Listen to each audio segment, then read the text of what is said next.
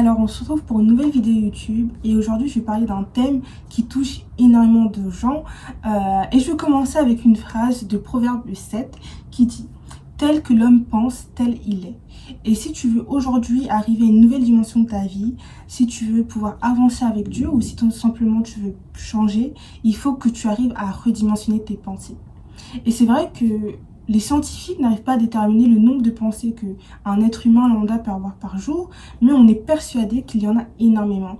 Et ces pensées-là, elles peuvent impacter ton avenir, ton présent, et impacter ta vie, entre guillemets. Et du coup, c'est très important, si tu veux avancer, de pouvoir accorder tes pensées à celles de Dieu. Et aujourd'hui, on va apprendre à accorder ces pensées avec celles de Dieu. Redimensionner ses pensées et les accorder à celles de Dieu, c'est quelque chose de super compliqué à faire. Et dans Ésaïe 55, il nous est dit, 55:9, il y a autant de distance entre ma façon d'agir et la vôtre, entre ce que je pense et ce que vous pensez, qu'entre le ciel et la terre. Donc Dieu nous dit qu'en fait, il y a déjà un énorme gap entre ce qu'il pense et ce que nous pensons, en ce qu'il veut que nous fassions et en ce que nous allons faire. Et du coup, il faut vraiment qu'on puisse aligner nos pensées aux siennes pour pouvoir être dans son plan parfait pour notre vie. Et pour ça, il faut vraiment pouvoir s'imprégner de sa parole chaque jour. Et ça, c'est pas quelque chose de facile à faire, puisque l'être humain, dès le départ, a choisi de s'éloigner de Dieu, a choisi de prendre un autre chemin. Et du coup, l'être humain suit forcément la chair et ne vit pas par l'esprit. Ensuite, quand nous recevons Jésus, évidemment, on va essayer de vivre un peu plus en écoutant le Saint-Esprit. Mais ça, c'est quelque chose qu'il faut vraiment essayer de faire chaque jour. Et il y a vraiment un entraînement et une discipline. C'est comme pour ceux qui ont lu Le pouvoir du moment présent. Pour pouvoir vivre dans le moment présent, quand on est conditionné à vivre dans le passé ou dans le futur, c'est vraiment tout un périple à faire, c'est toute une stratégie. Et c'est vraiment une discipline et un quotidien qu'il faut avoir. Et c'est la même chose pour la Bible et pour le pouvoir des pensées. Les pensées ont tellement un rôle important dans notre vie que pour pouvoir se déconditionner de la condition que nous avons à penser au futur, à penser au passé, il faut vraiment faire un vrai travail sur nous-mêmes. Et pour ça, comme j'ai dit, nous avons besoin de la parole. Vraiment, il faut vraiment la méditer chaque jour pour pouvoir remplacer des pensées négatives, des pensées suicidaires, des pensées malsaines par les pensées de Dieu. Et pour ça, il faut les remplacer par des paroles de la Bible. Donc imaginons, si tu as des pensées comme quoi je vais échouer, pense au verset qui dit « Je peux tout par celui qui me fortifie » dans Philippiens par exemple. Il faut vraiment à chaque fois, dès que tu as une pensée négative, dès que tu as une pensée malsaine, les remplacer par des pensées de Dieu. Et ça, c'est quelque chose de très compliqué parce que souvent, l'être humain va se laisser envahir par ses pensées négatives. Pourquoi ? Parce qu'il y a un confort d'être dans cette condition de mal-être, d'être dans cette condition de souffrance et d'être dans une position de victime. Et l'être humain, c'est quelque chose qu'il adore et c'est pour ça que beaucoup de gens n'arrivent pas à sortir d'eux-mêmes de tout ce qui est anxiété, dépression, addiction, etc. parce qu'ils sont conditionnés à rester dans ce schéma-là. Et vraiment, c'est vraiment un combat de chaque jour de se conditionner et de se dire « Ah non, j'ai cette pensée-là qui me traverse l'esprit, je ne l'accepte pas et je réfute cette pensée-là. » Pour combattre ces pensées, il faut identifier le problème. Et il faut se dire que ces pensées-là, c'est des projections des peurs qu'on a. C'est pas quelque chose qui s'est réalisé, c'est pas quelque chose qui a été, mais c'est souvent la projection de peur ou parfois de traumatisme, mais c'est pas quelque chose que tu peux combattre à l'instant T Imaginons, si tu as peur de rater ton bac, tu n'as aucune mainmise sur la chose. Il faut juste que tu attendes tes résultats et entre-temps, ce que tu peux faire, c'est émettre plein de pensées négatives qui vont t'amener de l'espoir et qui vont augmenter ta foi. Et surtout, ce que Dieu veut qu'on fasse dans ces périodes-là, c'est de ne pas s'inquiéter évidemment, mais de montrer qu'on a confiance en lui. Alors, pour reconditionner ces pensées, je vais te donner 5 tips. Le premier, c'est de t'occuper un maximum, mais tout en étant concentré dans la tâche que tu fais.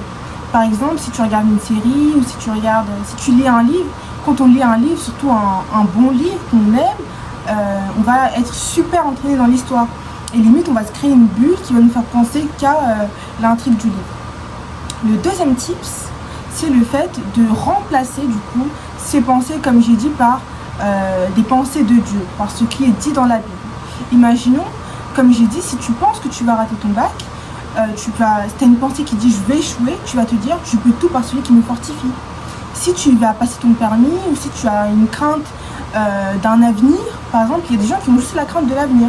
Si tu as cette crainte de l'avenir en général, tu peux te dire que Dieu a dit dans la Bible que j'ai que des plans de bonheur et non des plans de malheur pour vous donner de l'avenir et de l'espérance.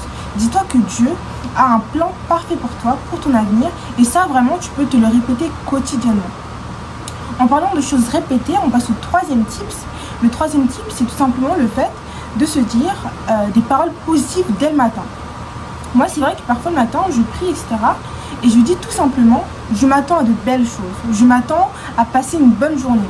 Et dès le matin, en fait, je déclare, parce que la parole aussi a un impact dans notre vie, je déclare tout simplement, je vais passer une bonne journée, que de belles choses vont arriver, et je m'attends à ce que de belles choses arrivent.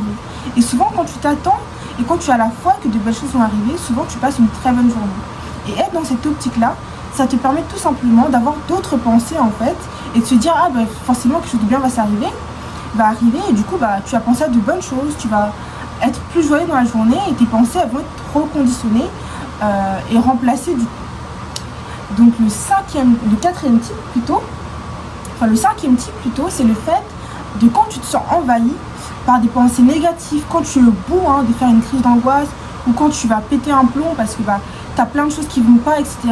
C'est vraiment de se reconcentrer sur la prière, ou vraiment de passer un moment de louange, un moment où tu loues Dieu, un moment où tu danses, un moment où tu chantes, et que tu déclares toutes ces paroles positives en fait pour ta vie. Il y a de très belles chansons, et il y a une chanson que j'aime beaucoup en ce moment, et qui me permet vraiment de me dire à quel point Dieu est grand, et c'est la plus belle chose en fait qui puisse arriver. La plus belle chose qu'on puisse avoir, c'est d'avoir un lien avec Dieu et de pouvoir connaître son amour et de pouvoir vraiment connaître en fait la grandeur de Dieu dans nos vies. Et ça, elle est dit dans la chanson de Damien Lutien, je mettrai le nom, et ça s'appelle Combien Dieu est grand.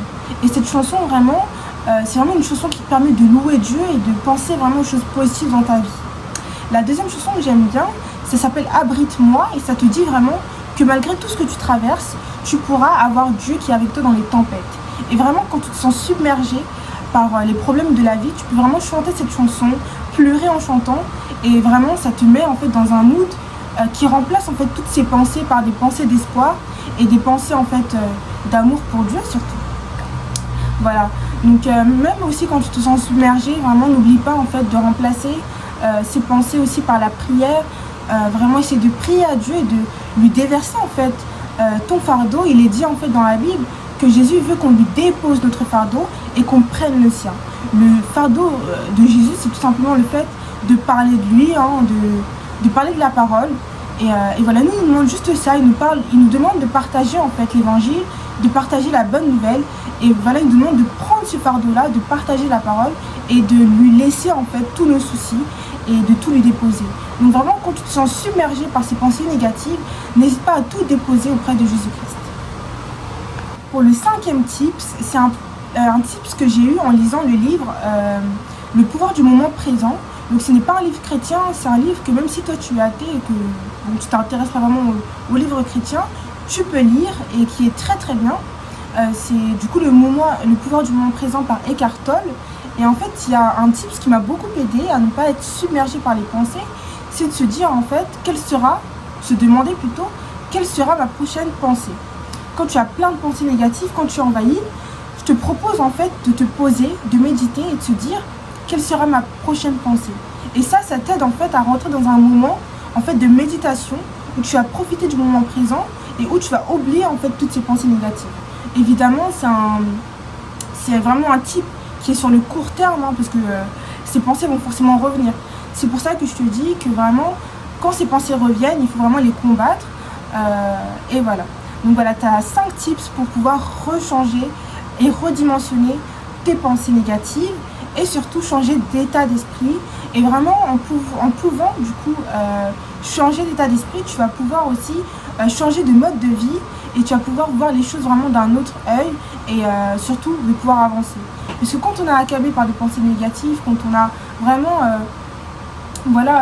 des pensées malsaines, etc., nos actions forcément vont suivre, parce que les pensées sont vraiment la porte qui nous emmène à faire des actions, forcément. Donc si tu as des pensées qui sont tout le temps négatives, ça va t'amener à faire soit des choses négatives, que ce soit à toi et à tes proches. Donc vraiment, je t'encourage vraiment à appliquer ces 5 tips pour pouvoir changer d'état d'esprit, mais aussi changer de vie. Sois béni.